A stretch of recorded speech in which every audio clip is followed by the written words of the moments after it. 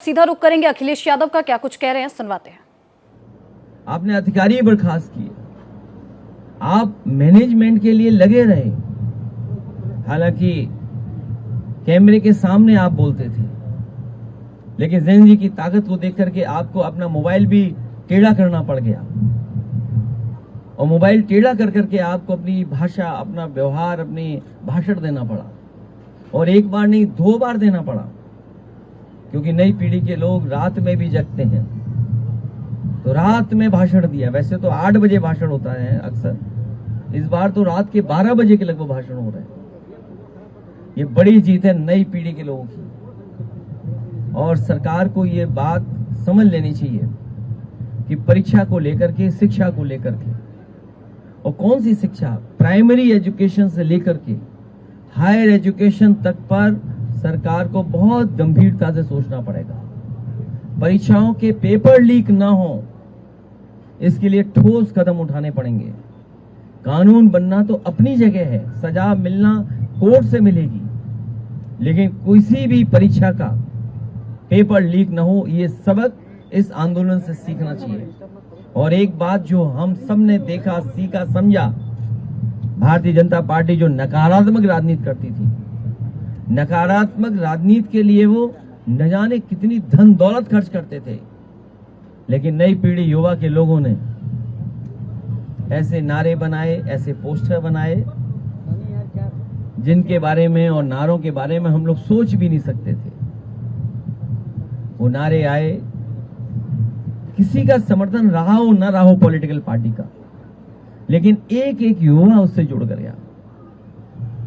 ये युवाओं की और आज के जमाने के इंटरनेट और सोशल मीडिया के माध्यम से और सड़कों पर जो आंदोलन फैला, उसकी वजह से अंतोगत्वा भारतीय जनता पार्टी जो विश्व की सबसे बड़ी पार्टी है, जिनके पास न जाने कितने संगी साथी अंडरग्राउंड अनरजिस्टर्ड लोग हैं, उनको भी झुकना पड़ गया।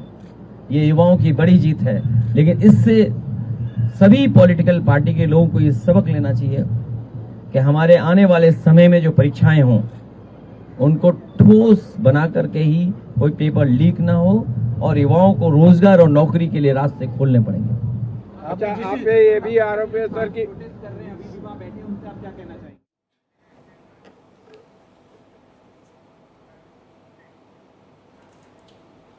अब हमारे साथ में हमारे गेस्ट जुड़ चुके हैं, वरिष्ठ पत्रकार हैं विक्रम उपाध्याय जी, उनका रुख करेंगे। विक्रम जी, जिस तरीके से आपने सुना कि जो अखिलेश यादव है वो ये कह रहे हैं कि इस पूरे मुद्दे से हर एक पॉलिटिकल पार्टी को सीख लेनी चाहिए, क्या राय रखेंगे आप इस पे? देखिए, इसमें तो समाजवादी पार्टी को भी सीख लेनी चाहिए। समाजवादी पार्टी ने किस तरह से अयोध्या में गोली चलाई, कितने लोगों को मार डाला। दोबारा जीवन में इस तरह की घटनाएं समाजवादी पार्टी नहीं करने की सोचेगी। ये जो घटना है ना, इसको इस तरह से मत देखिए कि हर पॉलिटिकल पार्टी के लिए एक सबक है। हाँ। बल्कि मैं ये कहूंगा, ये एक राजनीतिक पॉइंट स्कोरिंग का एक समय था ये, जिसमें अभी फिलहाल जो है विपक्षी नेता लोग जो है ना, वो उसको थोड़ा आगे बढ़ते हुए दिखाई दे रहे हैं। ये पॉइंट स्कोरिंग हुई है। देखिए, अगर प्रधानमंत्री मोदी जी जो है, अगर इस फैसला नहीं लेते तो शायद बहुत लोगों की जान जा सकती थी। जिस तरह के माहौल इन लोगों ने बनाया, जिस तरह से पुलिस बल के साथ सीधे टकराव शुरू हुआ, जिस तरह से लोगों के देखेंगे आपके कि वहां पे जो है सभा स्थल पे लोगों ने तलवारें लहराई, लोगों ने किस तरह से महिलाओं का मोलेस्टेशन किया। तो ये सबक सबके लिए है कि ये किसी को बुला लेना, भीड़ को बुला लेना और भीड़ को नियंत्रित ना करने की क्षमता रखने वाले नेता भी सोचे, उनके लिए भी ये सबक है। ये जो क्राइसिस है, राजनीतिक क्राइसिस है, ये खड़ी की गई थी जिस मकसद के लिए, वो मकसद तो प्रधानमंत्री ने 2 दिन पहले ही पूरा कर दिया। उन्होंने जब घोषणा कर दी कि नीट की परीक्षा दोबारा किसी तरह की गड़बड़ी नहीं होगी, इसकी तमाम योजनाएं उन्होंने देश को बता दी, जनता को बता दिया, तो उसके बाद तो ये पॉइंट स्कोरिंग थी ना। उसके बाद कहा कोई भी सरकार कैसे काम करती है भाई, कोई नया नियम बनाती है, नए कानून लेके आती है, नए लोगों को लेके आती है, यही तो तरीका है। आप उस तरीके से संतुष्ट नहीं है, आपको एक किसी की बलि चाहिए थी। वो इस समय स्थिति थी जो आप कह सकते हैं कि पहले जो है इसको एक ऐसा दौर आया था सब देश के सामने, सरकार के सामने, इसमें झुकना इसको नहीं कहेंगे, इसको कहेंगे कि भाई लोगों की मर्यादा जो है बचाई जाए, लोगों की जिंदगी लेकिन एक बड़ा सेटबैक तो कहेंगे ना राजनीति के लिए, क्योंकि बीजेपी के दौर की अगर हम बात करते हो तो ये एक बड़ा सेटबैक है। देखिए, सेटबैक मैं तो कहा ना कि पॉइंट स्कोरिंग के हिसाब से एक बड़ा सेटबैक हो सकता है, लेकिन जो इश्यू है, जो मुद्दा है, अगर उस पे आपको नजर डालना है, उसके बारे में बात करनी है, तो आपको ये बात करनी पड़ेगी कि भले ही देर से सही, लेकिन कानून किसने बनाया? मोदी गवर्नमेंट ने बनाया। भले ही आपको लगे कि नहीं, अदालत से फैसले नहीं आ रहे थे, लेकिन अब फास्ट ट्रैक का गठन किसने किया? मोदी सरकार ने किया। आप देखिए, जो जो ठीक है परीक्षा सर, के अब लिए यहाँ पर आपको रोकना चाहूंगी, एक बड़ी खबर आ रही है। फिलहाल आप दोनों का बहुत बहुत शुक्रिया पूरे मुद्दे पे जानकारी देने के लिए। बड़ी खबर का रुख करेंगे। बता दें कि थोड़ी ही देर में महाराष्ट्र के सीएम दिल्ली पहुंचेंगे। ये बड़ी जानकारी इस वक्त सामने आ रही है।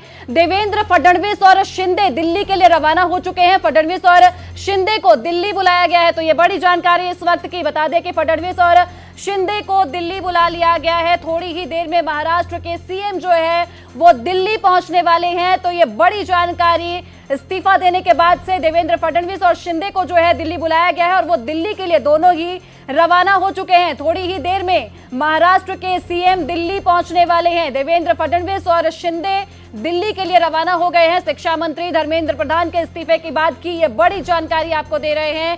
थोड़ी ही देर में महाराष्ट्र के सीएम जो है वो दिल्ली पहुंचेंगे और महाराष्ट्र के सीएम दिल्ली पहुंचने वाले हैं। थोड़ी ही देर में महाराष्ट्र से वो रवाना हो चुके हैं। बता दें कि फडणवीस के साथ साथ जो शिंदे हैं वो भी दिल्ली के लिए रवाना हुए हैं और दोनों ही दिल्ली आ रहे हैं। तो ये बड़ी जानकारी इस वक्त शिक्षा मंत्री धर्मेंद्र प्रधान के इस्तीफे की बात से ये बड़ी जानकारी निकलकर सामने आ रही है। एक और जहां प्रधानमंत्री के और गृह मंत्री अमित शाह की जो बैठक खत्म हुई है, उसके बाद से अब फडणवीस और साथ ही शिंदे जो है वो दिल्ली आ रहे हैं। थोड़ी ही देर में महाराष्ट्र के सीएम दिल्ली आ जाएंगे। महाराष्ट्र से दिल्ली के लिए वो रवाना हो चुके हैं।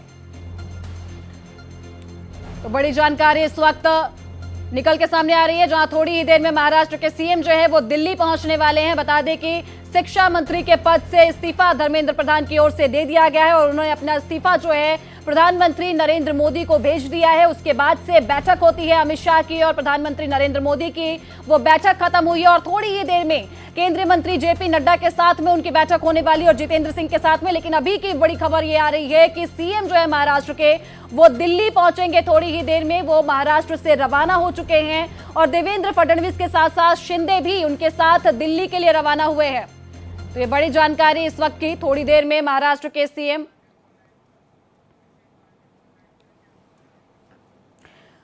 और इस पूरे मामले पर जानकारी देने के लिए हमारे संवाददाता अभिषेक जुड़ चुके हैं। अभिषेक, ये बड़ी जानकारी इस वक्त की कि जो महाराष्ट्र के सीएम है अब दिल्ली के लिए रवाना हो चुके हैं, क्या कुछ जानकारी है?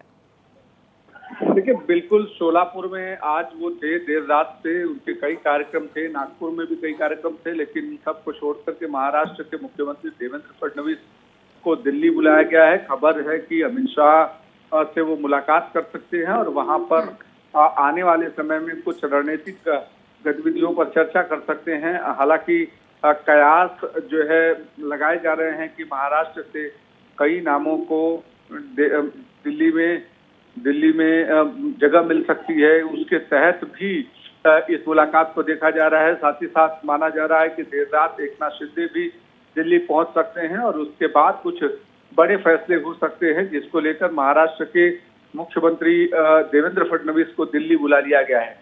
ठीक है, बहुत बहुत शुक्रिया अभिषेक आपका तमाम मुद्दे पर जानकारी देने के लिए।